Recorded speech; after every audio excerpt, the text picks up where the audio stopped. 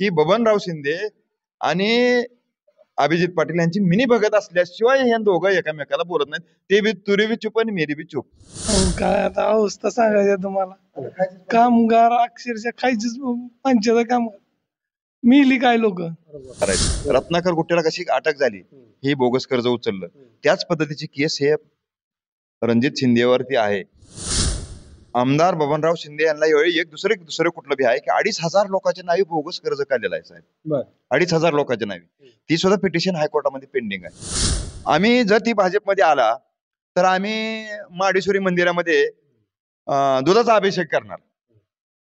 की भ्रष्ट माणसाला घेतलंय, ह्याला कुठल्या साबणानं धुतलं देवेंद्र फडणवीसनं सांगावं. आणि आता जे पालकमंत्री त्याला जे हिंडतंय घेऊन ते दोघांनाही सांगणार आहे की दोघांचा बी आम्ही पुतळा उभा करून त्याचा अभिषेक करणार.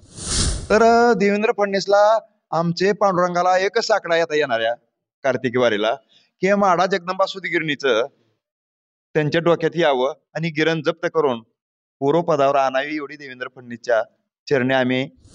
ह्यांना भाजपची प्रेम नाही, फक्त ही अटक होऊ नये, आपली इन्क्वायरी थांबावी ह्याच्यासाठी ही भाजपमध्ये चाललेलं. यांचं काही ह्यांना भाजपचं कुठलंही सुखदुःख नाही.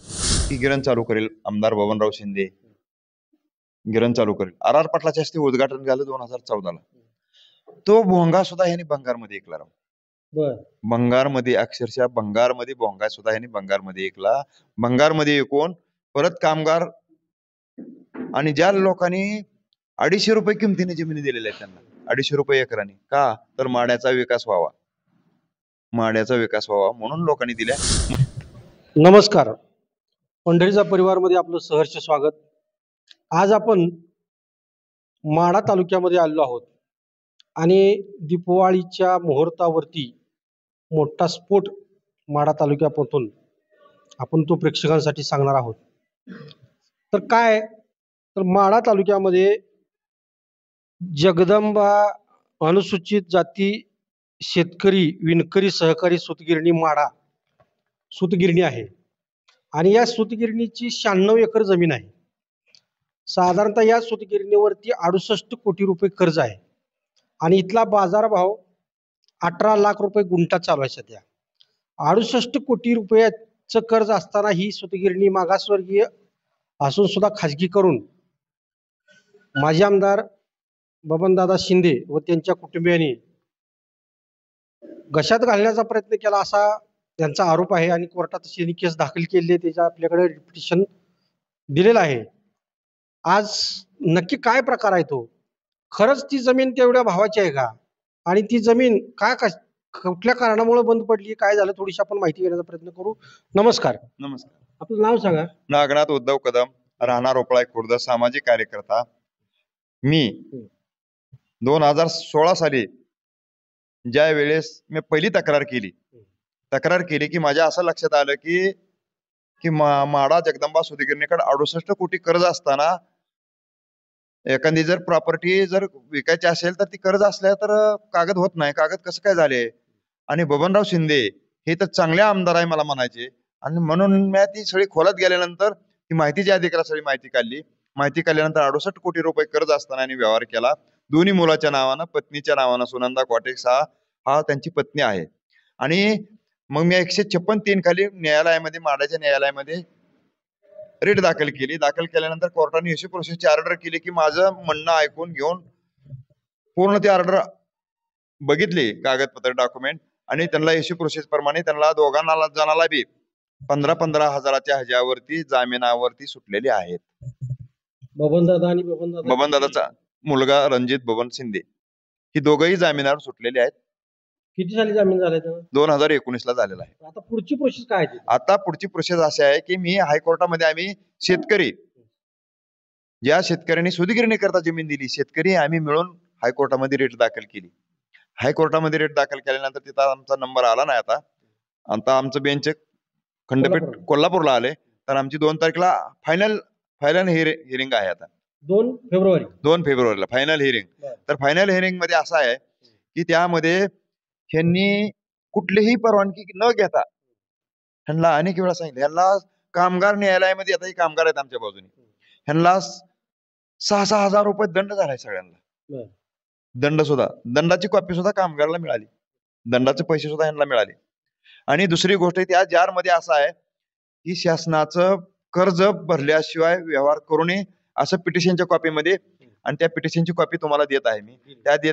त्यामध्ये एनओसीचा दाखला, कर्ज किती आहे आणि जारची कॉपी बी तुम्हाला त्या पिटिशन मध्ये तुम्हाला दिलेली आहे. साधारण त्याचे किती सभासद आहेत ते सुतगिरणीचे साधारण 16,000 सभासद आहेत, पण 16,000 मागासवर्गीय लोक असतात. बरं. मागासवर्गीय लोकांना म्हणजे कसं असतं, आता ही पट्टा सोलापूर जिल्हा म्हणजे कसा आहे, ही मराठ्यांचा आहे, आणि मागासवर्गीय लोकांना म्हणजे दम दिल्यानंतर ती काय बोलत नसते, पण तरी सुद्धा कामगारांनी हायकोर्टात आले, हायकोर्टात येऊन दाखल करून चालू आहे त्यांची सुद्धा केस.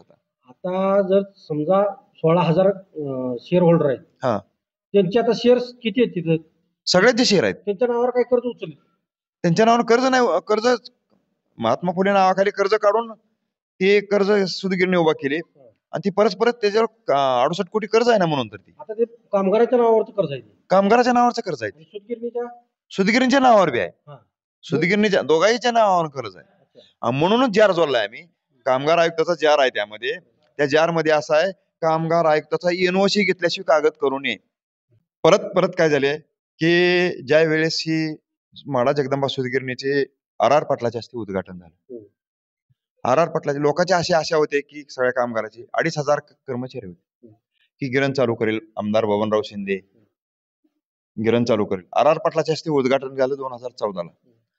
तो भोंगा सुद्धा ह्यांनी बंगारमध्ये ऐकला राव.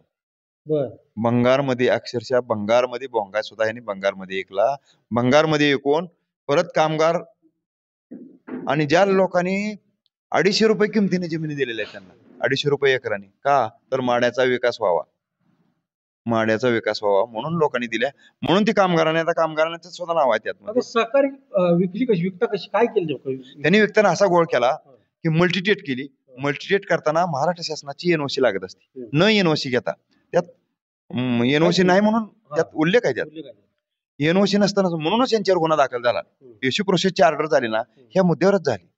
आता ज्या हायकोर्टात आमचं म्हणणं आहे की 96 एकर ही जमीन जप्त करण्यात यावी आणि पूर्वपदावर ही गिरण चालू करण्यात यावी, अशी आमची मूळ मागणी आहे. माढा शहरानजीक ही जमीन आहे, 500 कोटीची प्रॉपर्टी आहे, 500 कोटीची 68 कोटी कर्ज दाखवून पूर्णपणे जमीन ती आता डापलीच नाही. मग आता यामध्ये इथल्या लोकांनी काय उठाव केला नाही त्यावेळेच्या कामगारांनी किंवा शेअर होल्डर? कामगारांनी उठाव केला, पण कामगार कसे असतात, कामगार गरीब लोक आहेत तिथले, आणि इथं स्थायिक म्हणजे आमदार म्हणजे 30 वर्षाचा आमदार, त्यांची हुकुमशाही गुंडशाही, पण आम्ही गुंडशाहीला न मानणारी माणसं आहेत म्हणून आम्ही तिथपर्यंत गेलो. आणि आता जे बबनराव शिंदे आणि रणजित शिंदे जे आता भाजपमध्ये चालले ते ना, ह्यांना भाजपचं देणं घेणं नाही, ह्यांना भाजपवरची प्रेम नाही, फक्त हे अटक होऊ नये, आपली इन्क्वायरी थांबावी, ह्याच्यासाठी ही भाजपमध्ये चाललेलं. यांचं काही ह्यांना भाजपचं कुठलंही सुखदुःख नाही. म्हणजे सोलापूर जिल्ह्यामध्ये आता जे पेव फुटले भाजपमध्ये जायचं, ते फक्त अटक टाळण्यासाठी 100%. त्यांनी त्यांची मुलाखत घ्या, त्यांना सुद्धा लाईव्हवर घ्या, आपण त्यांना सुद्धा चॅनलवर बोलवा, मी सुद्धा येतो चॅनल, त्यांना सुद्धा बोलवा, अशा नसं झाले, त्यांच्या मुलाला बोलवा किंवा खरंच त्याच्यावर कर्ज आहे का, तू एनओसीचा दाखला आण. तुम्ही सगळ्या ह्या 2 लाख माढा तालुक्याच्या मतदारांच्या माफी मागतो आम्ही. त्याच्याकडे कुठलंही एनओसी नाही, विक्रीला परवानगी नाही, कर्जाची बाकी नाही, फक्त ती दिशाभूल करून की भाजपमध्ये का जायचंय, तर फक्त अटकेसाठी जायचं, दुसरं काही यांना काय देणं घेणं नाही. फक्त मालमत्ता आपली जप्त होऊ नये, अटक होऊ नये, अब्रू जाऊ नये, ह्याच्यासाठी बाकी कारण काही नाही त्यांचं. एक दुर्दैव आहे खरं तर, न खाणे दुगा म्हणणाऱ्या मोदी सरकारच्या भाजपमध्ये आज फक्त खाणारे आणि भ्रष्टाचारी करणारे लोक चालले तिकडे. मी सांगू का, भाजपचा सक्रिय कार्यकर्ता 1988 आहे. मी लालकृष्ण अडवाणीच्या सभा 1991 ला केलेले, 91 साली. मग आमचं तीच म्हणणं आहे मोदी साहेबाला, देवेंद्र फडणवीसला, की भ्रष्टाचार करून देत नाही म्हणल्यावर ह्या भ्रष्टाचाराला तुम्ही कसं काय तुम्ही गबासा लागला. तुमचा तर DNA पक्ष काय म्हणता, DNA भाजप हा DNA ओबीसीचा आहे, गिरणी ओबीसी मागासवर्गीची आहे. मग ह्या गिरणीवर लक्ष द्या ना तुम्ही, का तुम्ही ह्याच्या बाबतीत बोलत नाही? देवेंद्र फडणवीसांना मान्य आहे का गिरणी टाकली जाते? देवेंद्र फडणवीसलाच आमचं म्हणणं आहे, आम्ही ही जर नाही इन्क्वायरी, आता आमची केस चालूच आहे, ही जर नाही झालं तर आम्ही नरेंद्र मोदीच्या आईचं वरिष्ठ आहे. नरेंद्र मोदीच्या आईचं वरे श्राद्ध आहे 28 मार्चला. 28 मार्चला तिथं आम्ही उपोषण धरणार. गिरणी कामगार आम्ही जाऊन किंवा ही देवेंद्र फडणवीसनं ही भाजपमध्ये गेला आहे, ह्यानं 500 कोटीचा अपहार केलेला आहे, घोटाळा केलेला आहे. तर ही नरेंद्र मोदीच्या आईचा आमची श्रद्धा एवढे याची वाचा फोडावी ह्यासाठी आम्ही तिथं जाणार आहे. आम्ही सगळे कामगार सुद्धा जाणार आहे. कामगार देखील विचार आम्ही गाडी करून तिथं जाणार. हे किती मोठं दुर्दैव आहे बघा. देवेंद्र फडणवीसांनी गाडी भरून पुरावे दिले भ्रष्टाचाराचे. ज्यांचे पुरावे दिले ते तो पक्षच संपूर्ण आणि त्यांची टीम भ्रष्टाचारासहित त्यांनी स्वीकारायला सुरुवात केली. बरोबर आहे. ही देवेंद्र फडणवीस चुकीचं आहे. दुसरी गोष्ट सांगू का, हे पंढरपूरला मानतात ना, खरा पांडुरंग माड्यात आहे. खरा पांडुरंग माड्यात आहे. तर देवेंद्र फडणवीसला आमचे पांडुरंगाला एकच साकडा येणाऱ्या कार्तिकी वारीला की माडा जगदंबा सुतगिरणीचं त्यांच्या डोक्यात यावं आणि गिरण जप्त करून पूर्वपदावर आणावी एवढी देवेंद्र फडणवीसच्या चरणी आम्ही. आता तुम्ही त्यांना विनंती करताय, खरंय त्यांना पक्षवाढीसाठी.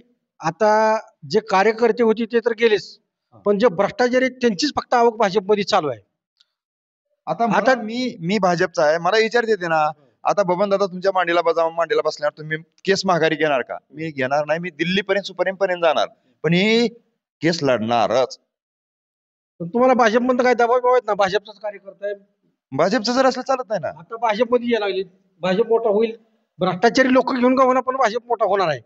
त्यामुळे तुमच्यावर काय दबाव आला का? काय नाही, दबाव आलेला नाही. आणि असले भ्रष्टाचार घेऊन अशी आमची प्रामाणिक सच्च्या कार्यकर्त्याची, सच्च्या भाजपवाल्यांची इच्छा आहे. आता आजच सोलापुरात आज दीपावली लक्ष्मीपूजन आहे आणि सोलापुरात आजच मी बघितलं तर तिथं स्थानिक कार्यकर्त्यांनी भाजपच्या ह्या लोकप्रतिनिधींना अटकाव करण्यासाठी एक तिथं बैठे धरणं आंदोलन केल्यासारखं केलं. तुम्ही तसं काय इथं बाबा दादा येऊन म्हणून भाजपचे कार्यकर्ते काय करणार काय? आम्ही जर ती भाजपमध्ये आला तर आम्ही माडेश्वरी मंदिरामध्ये दुधाचा अभिषेक करणार. की भ्रष्ट माणसाला घेतलंय, ह्याला कुठल्या साबणानं धुतलं देवेंद्र फडणवीसनं सांगावं. आणि आताचे पालकमंत्री त्याला जे हिंडतंय घेऊन ते दोघालाही सांगणार आहे की दोघाचा बी आम्ही पुतळा उभा करून त्याचा अभिषेक करणार. हे दुर्दैव आहे बघा.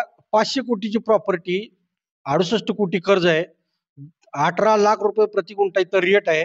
10 एकर जर जमीन विकली असती तर 180 म्हणजे समजा 18 लाखाप्रमाणे म्हणलं तरी 75 कोटी रुपये आले असते. बरोबर. आणि 75 कोटी रुपये आले असते तरी त्यातले काय बाकीचा खर्च असेल गेल तर बाकीची 86 एकर जमीन राहिली असती. गिरणी वाचली असती. कामगार व्यवस्थित देशोधडीला लागले ते वाचलं असते. सभासद वाचले असते आणि ही प्रॉपर्टी सगळ्या जनतेची राहिली असते. पण हे सगळं घशात घालण्यासाठी. आणि दुसरी गोष्ट, आमदार बबनराव शिंदे यांना यावेळी एक दुसरं कुठलं बी आहे की 2,500 लोकांच्या नावे बोगस कर्ज काढलेलं आहे साहेब. 2,500 लोकांच्या नावे. ती सुद्धा पिटिशन हायकोर्टामध्ये पेंडिंग आहे. फक्त ते रत्नाकर गुट्टे ऐकून असाल तुम्ही, आमदार आहेत. रत्नाकर गुट्टेला कशी अटक झाली, हे बोगस कर्ज उचललं, त्याच पद्धतीची केस हे रणजित शिंदेवरती आहे. आता त्या लोकांचं कर्ज थकीत आहे आणि सुद्धा सिव्हिल खराब झालेत. केसेस आहेत त्यांच्यावर. आणि सुद्धा त्यांच्यावर बार्शीच्या न्यायालयामध्ये 8 केसी पेंडिंग आहेत आणि त्यांच्या अपोडेट मध्ये लिहून दिले त्यांनी. असं मी सांगत नाही, रणजित शिंदेने अपोडेट मध्ये लिहून दिले की माझ्यावर एवढे गुन्हा आहेत ती. आणि त्यांनी तर एक तर दिल्लीमध्ये 8 कोटी रुपयाचा भ्रष्टाचार केला. तो जामिनावर तिथं सुद्धा राहिलेला आहे बाहेर. ते फक्त त्याला फक्त जेल टाळण्यासाठी भाजपमध्ये जायचंय, बाकी त्याला दुसरं कुठलंही कारण नाही. म्हणजे फक्त भाजपमध्ये प्रवेश करायचा असेल तर ज्याला जेल होतीये किंवा आत जाणार आहे तोच भाजपमध्ये जातोय, दुसरा कोणी जात नाही. याचा भाजपला काय फायदा होईल का तोटा होईल भविष्यात? ह्याचा भविष्यात तोटा होईल. ह्याच्यामुळे खासदारकी आहे हो का. संजय शिंदे, बबन शिंदेने 2 लाख लीड देतो म्हणली लोकसभेला. त्याचा परिणाम असा झाला की ह्या गिरणीचाच फटका भाजपला बसला. लोकसभेचं सीट जे पडलं ते केवळ या गिरणीमुळे पडलं. गिरणीमुळेच ह्यांना सध्या 30 वर्षाचा आमदार आहे, 30,000 पराभव झाला. केवळ याला गिरणच कारणीभूत बोलली. गिरणीचे सगळे सभासद हिंडली तालुक्या गणेश, आणि त्यामुळं त्याचा फटका बबनराव शिंदेना पोराला बसला. सत्ताधारी पहिल्यांदा ज्यावेळेला संस्था उभा करतात त्यावेळेला लोकांचे शेअर गोळा करून शेअर होल्डरची सामाजिक संस्था उभा करायच्या, बहुउद्देशीय संस्था उभा करायच्या, सहकारी संस्था उभा करायच्या आणि कुशाल पुन्हा स्वतःच्या कुटुंबाच्या नावावर प्रॉपर्टी दाखल करून घेण्यासाठी खाजगी करून सर्रास स्वतःच्या कुटुंबावर खरेदी करून घ्यायला सुरुवात केली आणि कामगार असेल, शेअर होल्डर असेल, देशोधडीला लावायचं काम ही सध्याची जी काही नेते मंडळी आहेत त्यांनी करायला चालू केलेलं आहे आणि ह्याला साथ माननीय देवेंद्रजी फडणवीस साहेब देत आहेत असं तुमचं 100% देवेंद्र फडणवीसच याला अभय देत आहेत. 100% भाजप चाललाय कुठं? भाजपमध्ये चाललंय काय? देवेंद्र फडणवीसच ह्याला अभय देत आहे. दुसरी गोष्ट 2019ला ह्याला अटक होत होती, पण ह्यांनी काय सांगितलं माहिती आहे का देवेंद्र फडणवीसला, की आम्ही तुम्हाला खासदार आणतो, आम्ही दोघंही भाऊ तुम्हाला पाठिंबा देतो आणि खासदार पराभव झाला, निंबाळकरचा पराभव झाला या दोघा भावामुळं आणि या भ्रष्टाचारामुळं.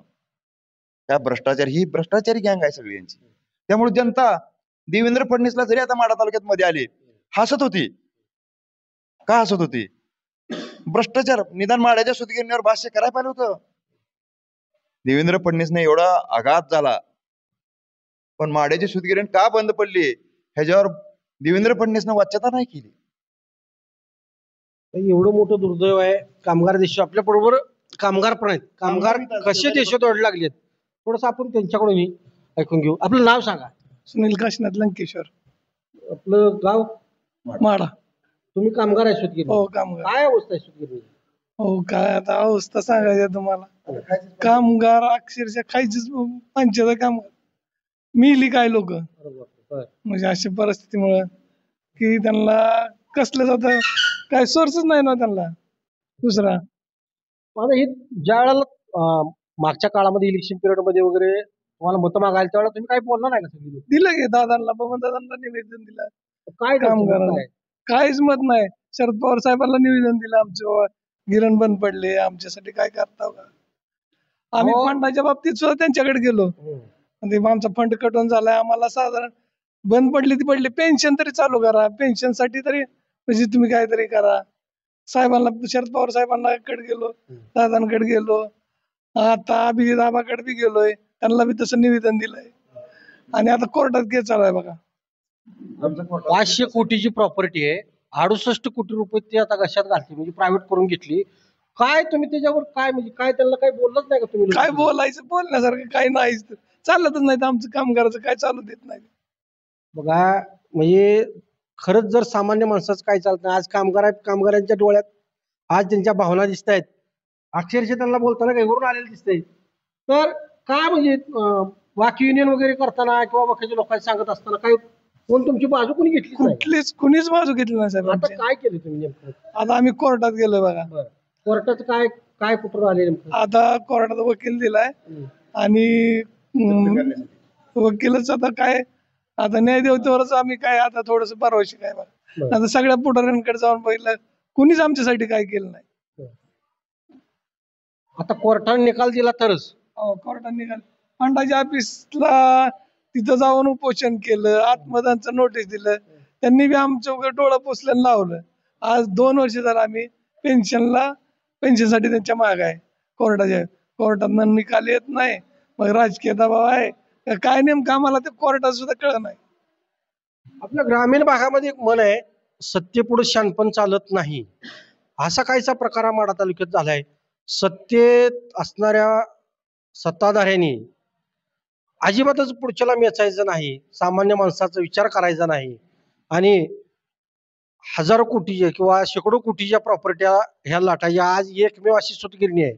अशा किती प्रॉपर्टी त्या माढा तालुक्यात किंवा अशा किती घटना त्या, हा सुद्धा एक संशोधनाचा विषय आहे. आणि हा सगळा इतिहास कोर्टात जे रिपिटिशन दाखल केलंय हे आपल्याकडे त्यांनी पुराव्यानिशी दिलेला आहे. यामध्ये खाजगी किंवा आपण कुठल्या तरी सांगून किंवा कोणाचं ऐकून बातमी करणार नाही, तर सगळं पुरावं घेऊन हे आपण आज बातमी तयार करतोय. आणि दुसरी गोष्ट, आम्ही माढ्याचे आमदार अभिजित पाटील ह्यांना सुद्धा दिले. अभिजित पाटलांनी, आता लोक काय म्हणते ती माढा तालुक्यातली, अभिजित पाटील चांगला आमदार आहे. आम्ही एका बाबतीत त्यांना मानतो की त्यांनी 3,500 भाव दिला, त्याला मान्य आहे. पण त्यांनी बोशामध्ये एका शेतकऱ्यानं एका दूध उत्पादकानं बोगस बुकटी तयार केली, त्याला आत टाकलं. पण माढा जगदंबा सुतगिरणी 500 कोटीचा तो माढ्यातनं आमदार निवडून आला. माढ्यातला उमेदवार राष्ट्रवादीचा असताना अभिजित पाटलाला मतं दिले त्या आगाव. पण माढ्यातल्या बाबतीत, ह्या सुतगिरणीच्या बाबतीत बबनराव शिंदेची आणि अभिजित पाटलाची मिनी भगत आहे अशी लोकात चर्चा आहे. नाही, मला काय म्हणायचं आहे, तुम्ही भेटला नाही का अभिजित आम्हाला? भेटलो ना, काय म्हणताल त्यांचं? मांडतो म्हणते ते, मग मांडतच नाहीत. ती 3 अधिवेशनं झाली, 3 अधिवेशन एकदाही प्रश्न मांडणार नाही. का मांडणार नाही असं आमचं म्हणणं आहे. आम्ही आता अभिजित पाटलाच्या होतं त्यांच्या घरावर मोर्चा उपोषण धरणार आम्ही सगळे कामगार. आता तुम्हाला जर समजा स्थानिक आमदार म्हणून न्याय मागायला तुम्ही ज्या वेळेला जाता, त्यावेळेला तुम्ही त्यांना म्हणलं नाही का आम्ही तुम्हाला मतं दिली, तुम्ही आमचा का प्रश्न मांडत नाही? म्हणलो की मांडतोच म्हणते ते, मांडतच नाहीत. मांडलंच नाही ना. तुम्ही सगळे मांडले प्रश्न, तिकडे गेलाव तिकडे गेलाव, ह्या मराठा आरक्षणचं बोललाव, बुकटीचं बोललाव, भ्रष्टाचाराचं बोललाव, तुमच्या कारखान्याचं पैसे गेलं त्याचं सभागृहात मांडलं. आपण इथं 500 कोटीचं बोला ना तुम्ही. मग आमच्या लोकात अशी चर्चा आहे की बबनराव शिंदे आणि अभिजित पाटील यांची मिनी भगत असल्याशिवाय हे दोघं एकमेकाला बोलत नाहीत. ते बी तुरी बी चुप आणि मेरी बी चुप असं यांचं वाटून वाटून खायचं ठरलेलं दिसतंय, अशी लोकात चर्चा आहे.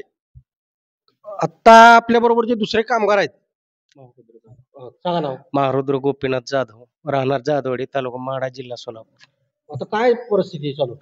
परिस्थिती म्हणजे असे आहे की आता तुम्ही ते जे आर वाचलाय, नाही, मी दाखवतो वाचून. ऐकून घ्या. हे सांगा. त्या जे आर नुसार आम्ही प्रत्येक कार्यालयात आम्ही खरेदीच्या अगोदर नोटिसा पाठवलेल्या आहेत.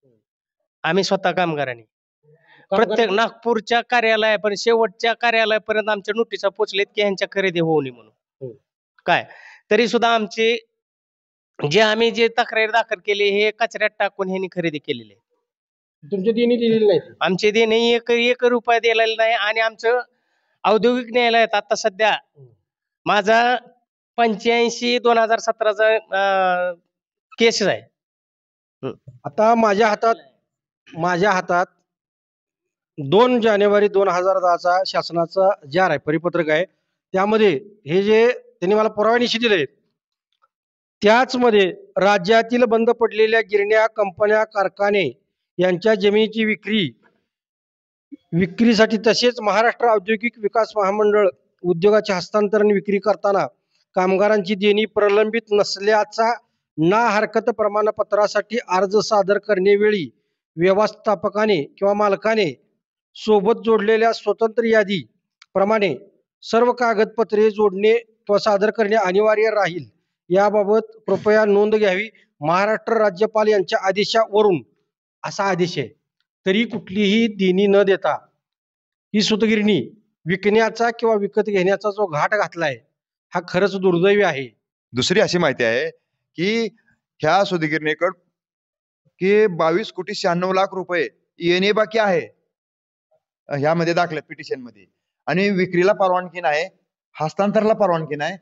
आणि ह्यांचे ताबडतोब बंद करण्यात यावे व्यवहार आणि जप्त करण्यात यावे. तरी सुद्धा अद्याप यांनी बंद केलेलं नाही व्यवहार. म्हणजे यांची आवक 22 कोटी रुपये आहे चालू त्यावेळेचे 22 कोटी तत्कालीन वेळेची. त्यावेळेचे. आता 68 कोटी झाली. आता कर्ज झालं म्हणता ना 68 कोटी. आता 22चं 68 झालं. म्हणजे कर्ज 22 कोटी होतं. पहिलं 22 होतं, 1984 ला 22 होतं. अच्छा. आता 68 कोटी झालं व्याजासाठी. म्हणजे आज ही जमीन जर यातली फक्त एक 10 एकर विकली तर सूतगिरणी वाचू शकते, कामगाराची देणी देऊन वाचू शकते आणि गिरण बी चालू राहते. 86 कोटी रुपये 86 एकर जमीन राहून चालू होईल. देवेंद्र फडणवीसची जरी इच्छा असेल आणि खरंच जरी भ्रष्टाचार मुक्त जर भाजप म्हणत असेल की आम्ही भ्रष्टाचाराच्या पाठीशी नाही, तर देवेंद्र फडणवीसने लक्ष घालून ताबडतोब सगळ्या जप्त करून 10-15 एकर जमीन ऐकावी, कर्ज सारावं आणि गिरण चालू करावे पूर्वपदावर. 2,500 कामगार बी कामाला लागतील आणि प्रोजेक्ट बी चालू होईल. भाजपमध्ये भाजपचेच कार्यकर्ते आहेत, पण भ्रष्टाचारांना घेण्यापेक्षा भ्रष्टाचार मुक्त राहण्यासाठी काम करत आहेत. पण भ्रष्टाचारी लोकांचंच भाजपमध्ये इन्कमिंग चालू आहे. दुर्दैव आहे. पण यावरची सुद्धा सरकार आणि तत्सम राजकीय नेते विचार करतील. आता आपण ज्या वेळेला सगळा जर विचार केला तर खरं तर तालुक्यामध्ये जर सर्वसामान्य माणसाचा प्रश्न मांडा असेल तर विरोधकांनी मांडलंच पाहिजे. पण आजच्या घडीला सत्ताधारी पूर्ण 30 वर्षी सत्ता माढा तालुक्यात बबनदादा शिंदे यांची असताना आज आमदार अभिजित पाटील आहेत. अभिजित पाटलांनी पण ह्या भावना सभागृहापर्यंत पोचवाव्या अशी या लोकांची अपेक्षा आहे. आणि येणाऱ्या काळामध्ये निदान सरकार न्याय देऊ शकत नाही असं दिसतंय, पण कोर्ट तरी न्याय देईल कोर्ट नाही द्या. असं वाटतंय. आणि त्या हिशोबाने यांची वाटचाल चालू आहे. संपूर्ण जर फाईल बघितली तर नक्की न्याय मिळेल. पण जे खरेदीदार आहेत त्यांना शिक्षा होण्याची शक्यता आहे, यामध्ये स्पष्ट तसे उल्लेख आहेत. आणि त्यामुळं आज त्यांनी भाजपची वाट धरली आहे. आणि भाजपमध्ये प्रवेश करणं केवळ अटक टाळण्यासाठीच आहे का काय, असाही प्रश्न आज पडतो. आणि यावरती सुद्धा सत्ताधारी विचार करतील असं आपण मानू. आणि आपण थोडक्यात आजच्या मुलाखतीला विराम देऊ.